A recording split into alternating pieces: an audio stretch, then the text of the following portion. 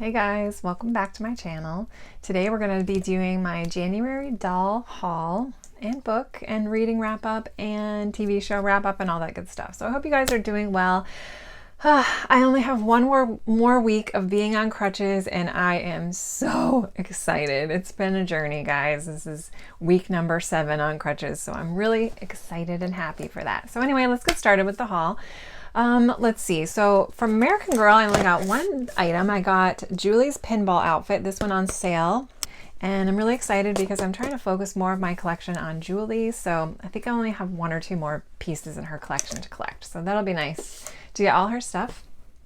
And then I also got a couple more in my Little Pony 35th anniversary collection. These are a different wave of Earth ponies that came out, and I've wanted these for a while. They just never showed up at Target, so I did have to order them online on eBay for a little bit more than I would have liked, but I just didn't see them coming to the store if they haven't been here. It's been like over a year since they've been released. So this one is Cherry Jubilee, and then we have Tootsie. And we have Posy, who reminds me a lot of Fluttershy, except she doesn't have wings, of course. And Lickety Split. So this was, oh gosh, I lost track of which wave it was, maybe 5. So there's one more wave I need to get, which are the Twinkle-Eyed ponies. Again, like they used to show up at Target, but I don't know. It's like they're not getting them anymore. So I'll have to hunt them down on eBay probably. For Rainbow High, I got 2 more dolls that I was looking for, and they're both Winter Break, so I got Sunny, Winter Break Sunny. She's really, really cute. I'm really happy with this one. And I also got Winter Break Ruby. So I only have the green one left, Jade. She's my last one in the Winter Break series, and then I can start focusing on the Sleepover set. I think. I don't know if I'm going to get the Rockstar, to be honest, but Sleepover, definitely. They're harder to find, but hopefully I can track some of them down. I also got a doll that I don't usually collect, but it is one that she caught my eye and I'm like, oh, the colors, I really like her. So I did get an LOL OMG surprise doll, and this one's name is Sunshine Girl. I think her little sister's name is Dawn, and she came with the Dusk and Dawn 2-pack. Like little combo thing, and there's her little like sister friend here. So I don't know, I don't really collect these, but I really love the pastel colors on her, and I wanted to just at least have one in my collection. My daughters have quite a few, but this is the first one that I've ever bought for myself, and of course my youngest daughter just can't wait to get her hands on her, so we'll probably open her up pretty soon, right after we're done with this video. Now for Barbie, I did keep going with my Birthstone collection. So I got one of the Barbie Birthstone collections. This is July. And I got the redhead one because I just thought she was so beautiful. And there was a blonde version, and then there was the African American version. And I chose this one because I didn't really have many redheads so far. So I really like her with the red hair. So she'll be pretty once I get her out. And then the other one I got was one from the Birthstone Beauties collection, and this is August. So she had been on my list to get, and now I have both the August ones, which is great. But she's really pretty. She has a cute face. Love that Steffi mold. And then I was also able to pick up the final Barbie Rewind doll from Walmart.com. They had them on sale for $15. Oh my gosh. So half off, more than half off, because these were originally $40, and they might still be on sale. All 3 of them were on sale on Walmart.com for $15. So really happy to add her to my collection as well, and I can't wait to get these girls unboxed and enjoy them. They're so cute. She's so cute. And that's it for my doll haul. So as far as books, I only bought 1 book this month. This is called Art Curious, Stories of the Unexpected, Slightly Odd, and Strangely Wonderful in Art History by Jennifer DeSalle. And the reason I bought this was because it was a book that I'm reading in a book club I'm in. So I normally probably wouldn't have purchased this. It's a nonfiction book, and I think it's pretty new. It came out in 2020, so I normally would have just waited till it came to the library, but I wanted to read it for the book club I'm in. So I purchased this, and hopefully I'll get started reading this next week. So as far as my book reading and TV wrap up, I'm just going to go through what I got done this month and what were my favorites. Okay, so for my books, I'm still reading Clarissa, and I actually put a pretty big dent in this month.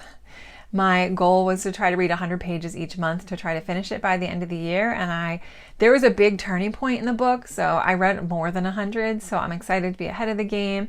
It's getting really good and exciting, and the plot has changed, so that's really exciting. So I'm still reading Clarissa, my classic pick. I'm still plugging through the Bible. That's another one of the books on the 100 greatest books of all time list.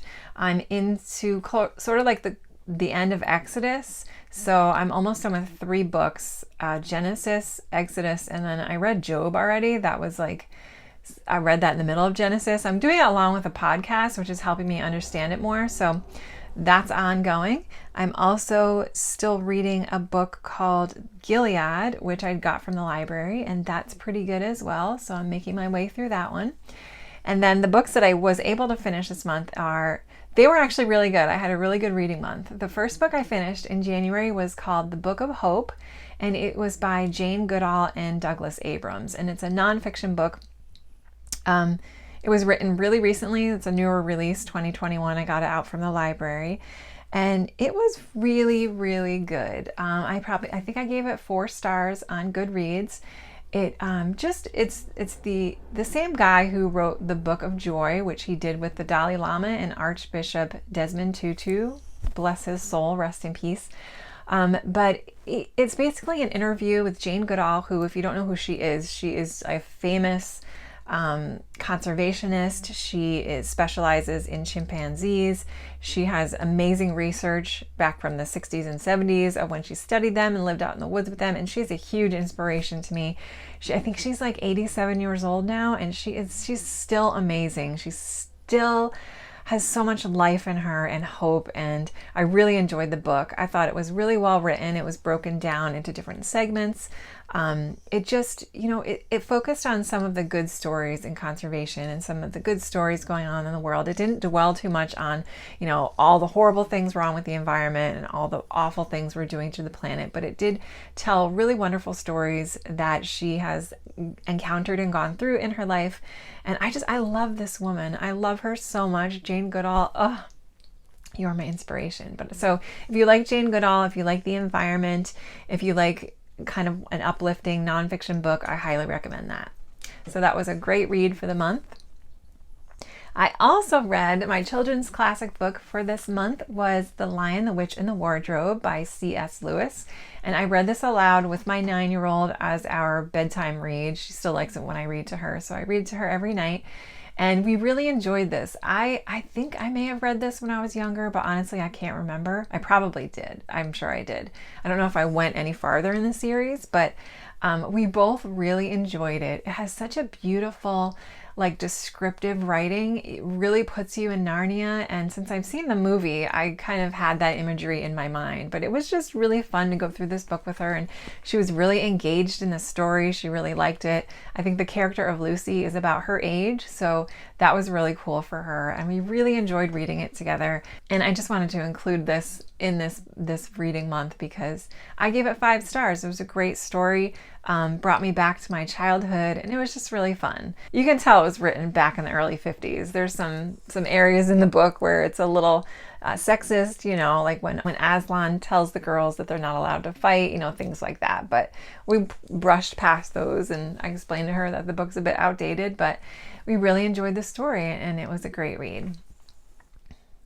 Another book I read, I wouldn't even call this a book. This was more of a short story. I'd never heard of it before, but I saw it mentioned on one of my favorite booktuber channels, Murphy Napier. She had mentioned that she read a classic called The Yellow Wallpaper. It's really, really short. It's like 15 to 20 pages long, and it's public domain, so you can Google it and you can read it right online, which I highly recommend.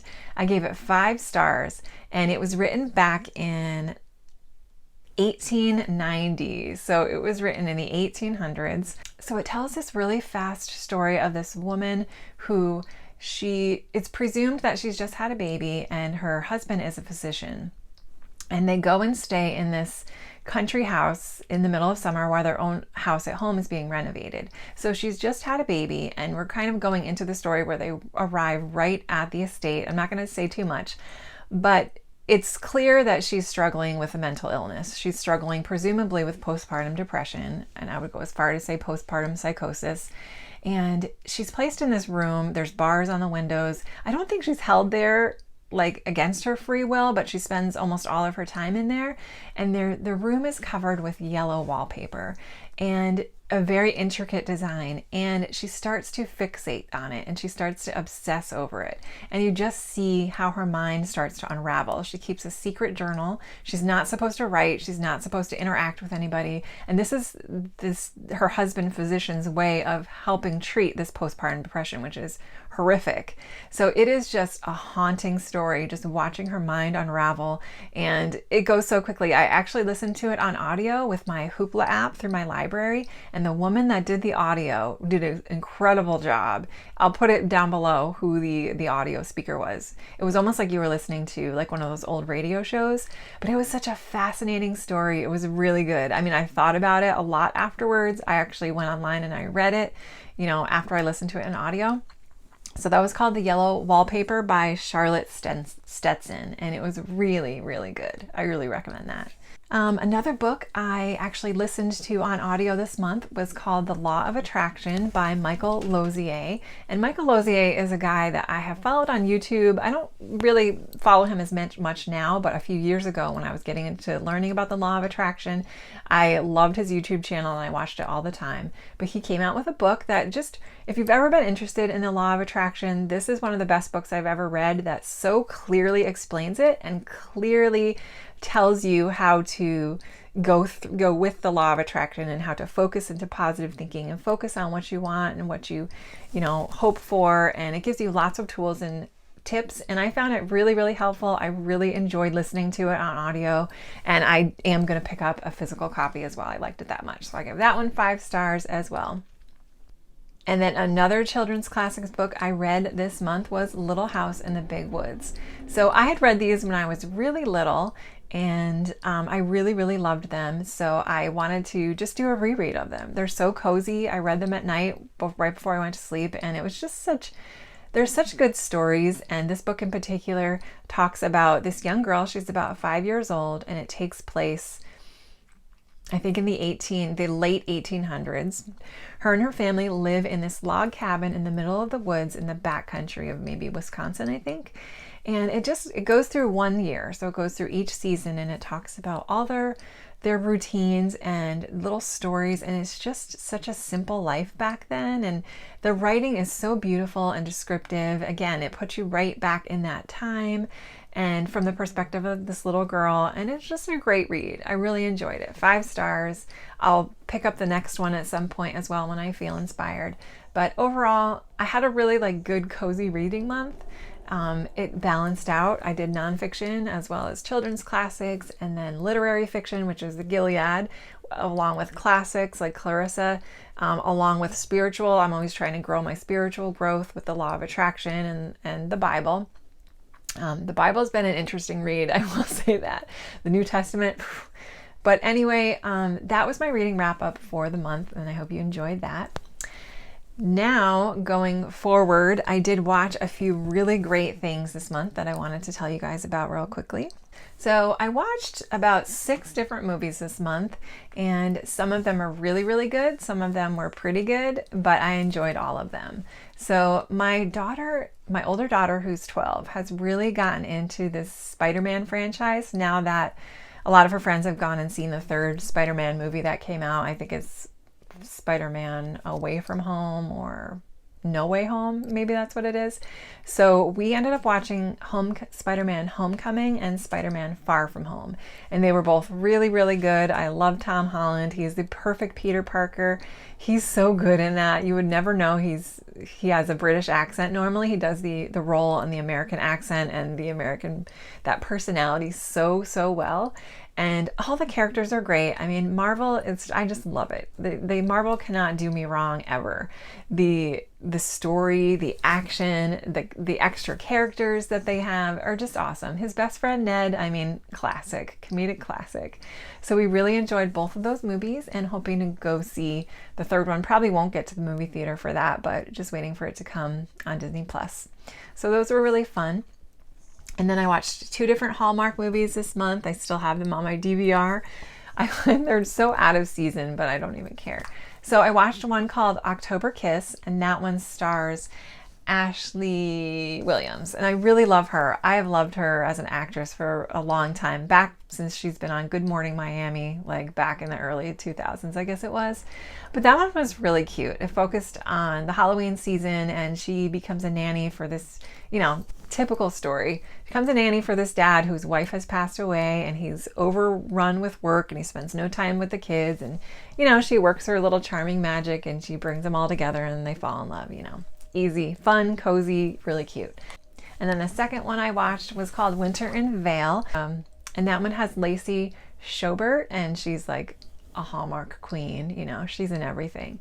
But that one was really cute. It takes place in the super cozy German-inspired village of Vail, Colorado, and just the scenery and the drone footage and the cozy little stores she goes into, and it was really cute. So she's, again, an overworked woman in her late 30s living in Los Angeles in a high-profile event planning job, and her uncle passes away and hands her down this beautiful chalet in the middle of the sweet little village of Vail, Colorado. So she decides to just quit her job. She's like, what am I doing? I have no life besides work.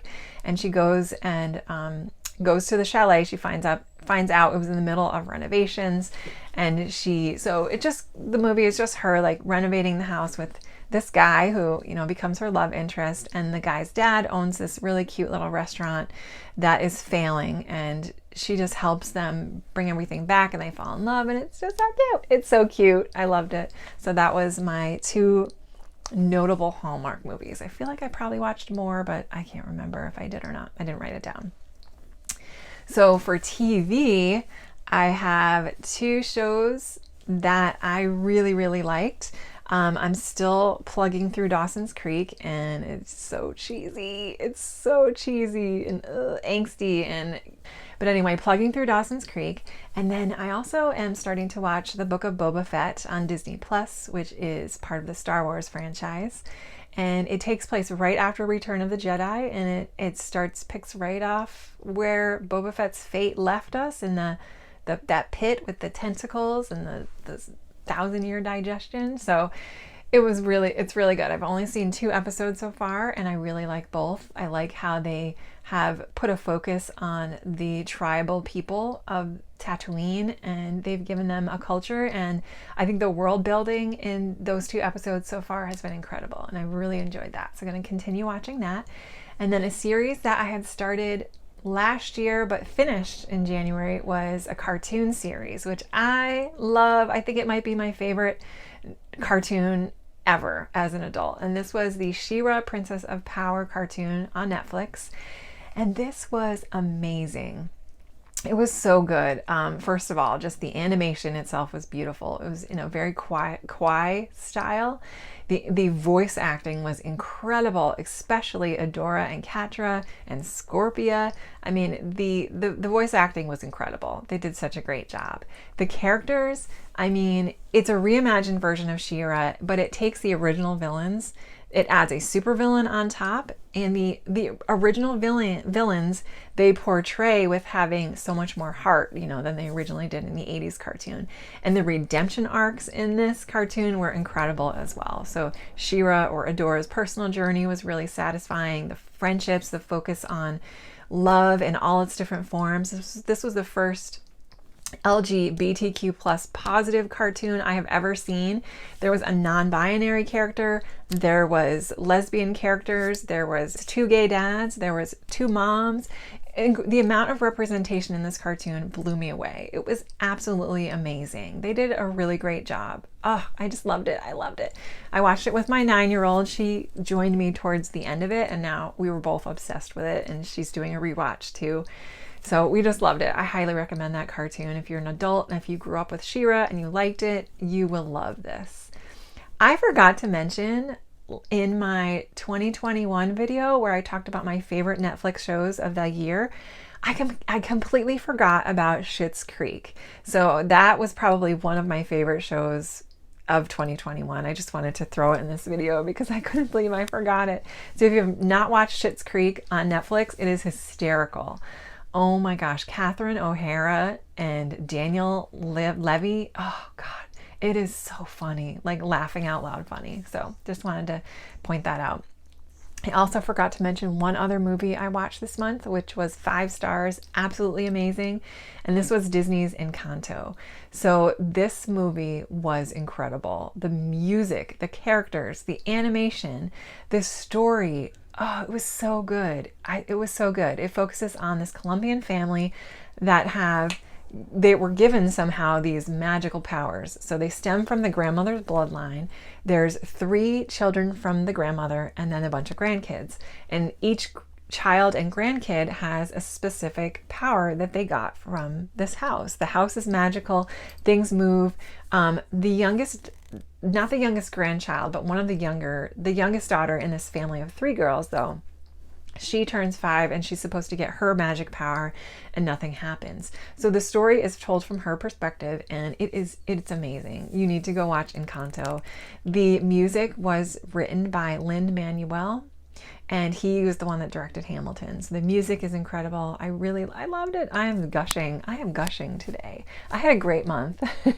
So I hope you guys enjoyed this video. Again, I am so happy to share some of the great things that made me happy this month. I did have there was like a little rough patch this month though. I did feel really down. I'm just being real with you guys.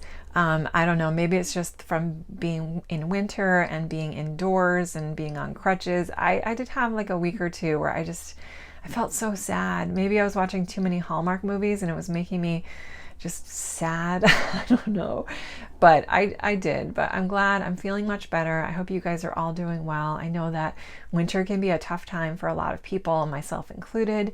And you know, any time of year can be tough. Sometimes when you just, you know, things aren't going maybe the way you want them to, but I hope you guys are hanging in there. Each day is a new day, and thank you guys for watching, and I will see you in my next video.